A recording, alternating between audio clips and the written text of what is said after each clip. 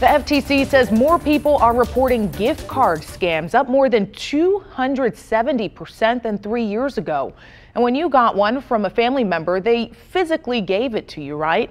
Well, some imposters will pose as family members online and scam you out of your money. CBS News has more on how to protect your wallet. All the steps that were being done and taken seemed real.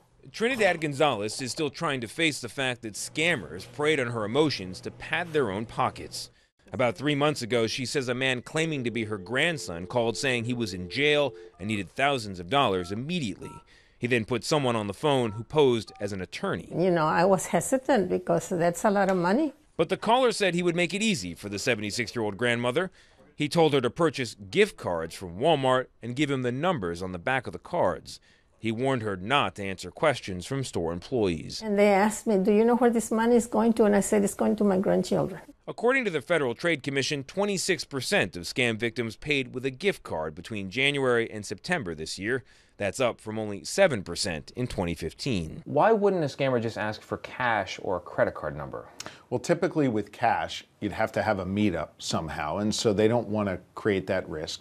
So cards largely are untraceable. Last month, Walmart, Target, and Best Buy announced steps to try to curb fraud.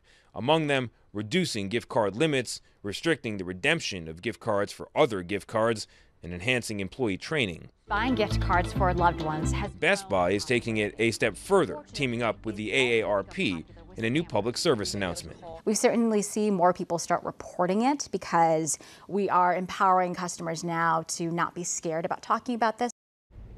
The FTC says the solution is simple. If someone calls you demanding you pay them with a credit card, just don't do it. If you think it's too late and you've already been scammed, report it to the FTC.